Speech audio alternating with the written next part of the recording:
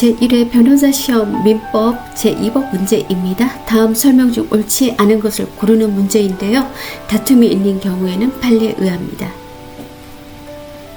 지문을 읽어보겠습니다. 1번 비밀 증서에 의한 유언이 방식을 갖추지 못하였더라도 그 증서가 자필 증서의 방식에 적합한 때에는 자필 증서에 의한 유언으로 본다. 2번 혼인 외자를 혼인 중에 친생자로 출생을 신고한 경우 그 출생 신고는 무효이지만 인지신고로서의 효력은 인정할 수 있다. 3번 타인의 자를 자기의 자로 출생 신고한 경우 그 출생 신고는 무효이나 입양의 실질적 요건을 갖추었다면 입양 신고로서의 효력은 인정할 수 있다. 4번 공동 상속인 전원의 합의에 따라 상속재산 전부를 상속인 중 일부에게 상속시키를 방편으로 나머지 상속인들이 한 상속 포기가 법정 기간을 경과한 후에 신고된 것이어서 상속 포기로서의 효력이 없더라도 상속인들 사이에 상속 재산의 협의 분할이 이루어진 것이라고 볼 수 있다. 5번 혼인 중에 부부 일방이 사망하여 상대방이 배우자로서의 망인의 재산을 상속받은 후에 그 혼인이 중혼을 이유로 취소되었다면 그 상속 재산은 법률상 원인 없이 취득한 것이 된다. 이번 문제의 본질적인 쟁점은 무효행위의 전환이라고 하는 민법의 대원칙이 있는데요. 이 무효행위의 전환이라고 하는 이 원칙이 가족법, 즉 친족상속법 영역에서도 그대로 구체적으로 어떻게 적용되고 있는지 또는 예외를 가지는가 아닌가 이 질문이라고 보면 되겠습니다. 우리가 살펴봐야 될 세부 핵심 사항은 세 가지가 될 수 있겠는데요. 첫 번째가 엄격한 요건을 요구하는 유언의 방식에서 하나의 방식으로는 무효인 유언이 다른 방식의 요건을 갖추었을 때 유효한 유언으로 전환될 수 있는지 여부에 관한 것입니다. 두 번째는 출생신고나 상속포기 같은 신분행위가 본래 법적 요건을 갖추지 못해 무효가 되었을 경우 당사자의 진정한 의사를 고려하여 인지, 입양 혹은 상속재산 분할 협의라고 하는 다른 신분행위의 효력으로서 인정을 해줄 수가 있는지에 관련된 문제이겠습니다. 세 번째는 중혼이라고 하는 것이 이미 혼인한 사람이 다시 혼인하는 경우를 중혼이라고 말하는데요. 이렇게 중혼이 취소되었을 때 그 취소의 효과가 소급하는지 아니면 장래를 향해서만 발생하는지 여부와 그에 따른 상속권의 가부에 관련된 문제라고 볼 수 있겠습니다. 이번 문제를 해결하기 위한 관련 법조문 세 가지를 살펴보도록 하겠습니다. 민법 제138조 무효행위의 전환이라는 규정을 살펴보면 무효인 법률행위가 다른 법률행위의 요건을 구비하고 당사자가 그 무효를 알았더라면 다른 법률행위를 하는 것을 의역하였으리라고 인정될 때에는 다른 법률행위로서의 효력을 가진다라고 하는 규정이 있습니다.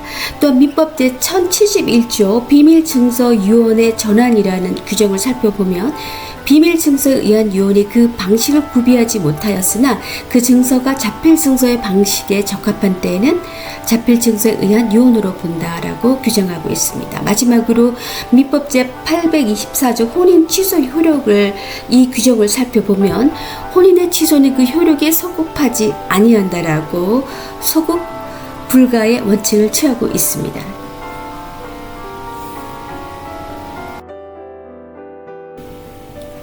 이번 문제를 해결하기 위해서 우리가 살펴봐야 할 몇 가지 대법원 판례가 있겠습니다. 먼저 무효인 출생신고 인지 입양 전환 효력과 관련된 대표적인 우리 대법원 판례는 1971년 4월 27일 선고 71-322번 판결입니다. 이 판결에서 법원은 혼인 외의 자를 혼인 중의 자로 출생신고한 경우의 효력에 관해서 다투고 있습니다. 혼인 외 출생자를 그 생모가 혼인 중에 출생자로 신고한 경우에 그 신고는 비록 출생 신고로서는 무효라 하더라도 인지 신고로서의 효력은 인정할 수 있다라고 판시하고 있습니다.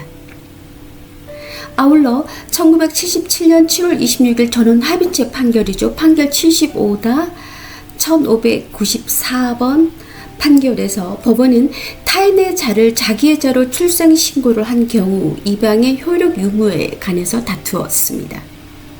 이때 법원은 당사자가 양친자 관계를 창설할 의사로 타인의 자를 자기의 자로 출생신고를 하고 부모로서 양육해 왔다면 비록 출생신고 자체는 무효라 할지라도 입양의 실질적 요건이 모두 구비되어 있는 한 입양신고로서의 효력을 가진다라고 판시하고 있습니다. 두 번째, 기간이 지난 상속 포기와 상속 재산 분할 협의에 관련된 대표적인 대법원 판례를 살펴보겠습니다. 1989년 9월 10일 선고 88-닷카 29262 판결에 의하면 법정 기간이 경과 후에 신고된 상속 포기 효력, 자, 이것이 곧 무효가 되는 것인지 및 이 상속 포기 서면이 상속재산 분할 협의의 의사표시를 담은 서면으로 인정할 수 있는지 여부에 관련해서 다음과 같이 판단하고 있습니다. 공동상속인들 사이에서 상속재산 전부를 상속인 중 1인에게 상속시킬 방편으로 나머지 상속인들이 상속 포기를 한 경우에 그것이 법정 기간을 경과한 후에 신고된 것이어서 상속 포기로서 효력이 없다 하더라도 상속인들 사이의 협의에 의하여 그중 1인이 상속재산 전부를 취득하고 나머지 상속인들은 상속재산에 대한 권리를 포기하기로 하는 내용의 상속재산 협의 분할이 이루어진 것으로 볼 수 있다. 그러니까 당사자들 관련 이해관계자 당사자들이 서로 협의한 내용에 대해서 그 효력을 인정해 주겠다라는 내용으로 판시하고 있습니다.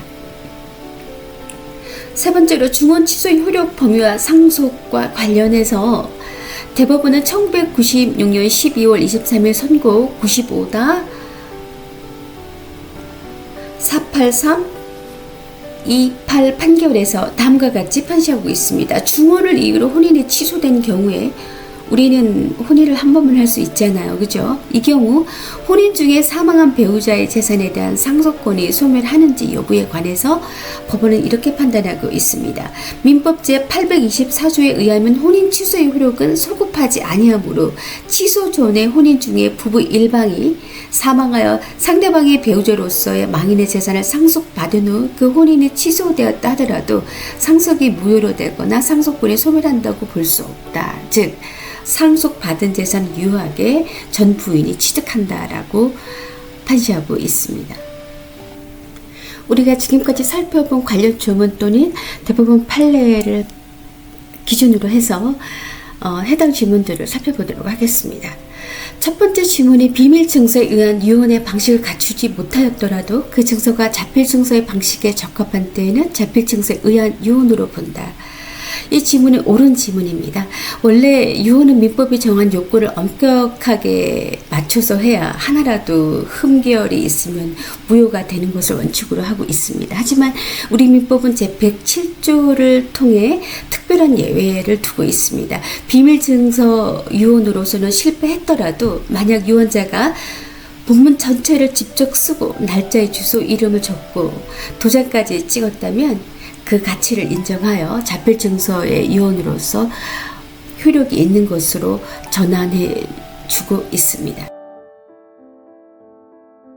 두 번째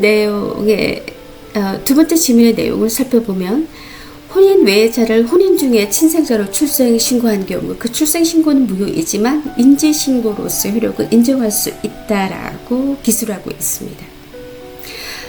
두 번째 지문은 옳은 지문입니다. 다른 사람과의 사이에서 낳은 아이를 마치 지금 결혼한 배우자와의 사이에서 낳은 친자식처럼 거짓으로 출생신고를 하면 당연히 그 출생신고 자체는 무효입니다. 그러나 대법원 판례에 따라서 71-322 판결이죠. 아이를 내 자식으로 인정하겠다는 진정한 마음, 의사는 확실한 것이므로 이를 인지, 친자식으로 인정한다라는 말이죠. 인지신고로서 돌려서 무효행위를 유효한 것으로 전환해 주는 것입니다. 이 역시 대표적인 무효행위의 전환 행위의 대표적인 케이스라고 볼 수 있겠습니다. 세 번째 지문은 타인의 자를 자기의 자로 출생 신고한 경우 그 출생 신고는 무효이나 이방의 실질적 요건을 갖추었다면 이방 신고로서 효력을 인정할 수 있다라고 기술하고 있습니다. 이 지문은 옳은 지문입니다. 피가 섞이지 않은 남의 아이를 데려와서 내 자식이냐 출생 신고를 하는 것도 서류상으로는 무효입니다. 이 우리 2번 지문에서 다뤘던 내용이죠. 하지만 판례 75다 1594번 판결에 따르면 양부모와 양자가 되려는 실질적 요건을 갖추고 실제로 자식처럼 정성껏 길러왔다면 이를 이방 신고를 한 것으로 전환하여 가족관계를 법적으로 보호해주고자 함입니다. 4번 지문은 옳은 지문입니다. 상속포기에는 상속이 개시된 것을 안 날로부터 3개월이라고 하는 법적 기한이 정해져 있습니다. 기한을 넘겨서 상속포기를 한 경우에는 원칙적으로 무효라고 봐야 합니다. 하지만 형제들끼리 우리 재산은 큰형님한테 몰아드리기로 하자라고 협의한 의사는 유효한 것이므로 판례 88다카 29,262 그 판결에 따라서 비록 상속 포기로서는 무효일지라도 상속재산 분할 협의로서 효력은 기꺼이 인정해주고 있습니다. 마지막 5번 지문 살펴보겠는데요. 혼인 중에 부부 일방이 사망하여 상대방의 배우자로서의 망인의 재산을 상속받은 후에 그 혼인이 중혼을 이유로 취소되었다면 그 상속 재산은 법률상 원인 없이 취득한 것이 된다. 즉 부당이득이 된다. 이렇게 기술하고 있습니다. 5번 지문은 틀린 지문이기 때문에 이 문제의 정답이 되겠습니다. 일반적인 계약 무효나 취소는 처음부터 없었던 일로 돌아가는 소급표를 가지고 있습니다. 그렇지만 예외적으로 혼인의 취소는 민법 제824조에 의해 오직 장래를 향해서만 효력이 발생합니다. 즉 취소되기 전까지는 유효한 혼인이라고 볼 수 있겠습니다. 따라서 중혼 상태에서 배우자가 사망하였고 이미 상속이 이루어졌다라고 한다면 그 이후에 혼인이 취소된다 하더라도 기존의 상속권은 소멸하지 않고 그대로 유효합니다. 법률상 원인 없이 취득한 부당이득이 되는 것이 아닙니다. 이와 관련된 대표적인 대법원 판례는 95단 48,328번 사건을 살펴보시면 되겠습니다. 오늘은 2번 지문을 살펴보는 것으로 마치겠습니다. 다음 3번 지문으로 찾아뵙겠습니다. 감사합니다.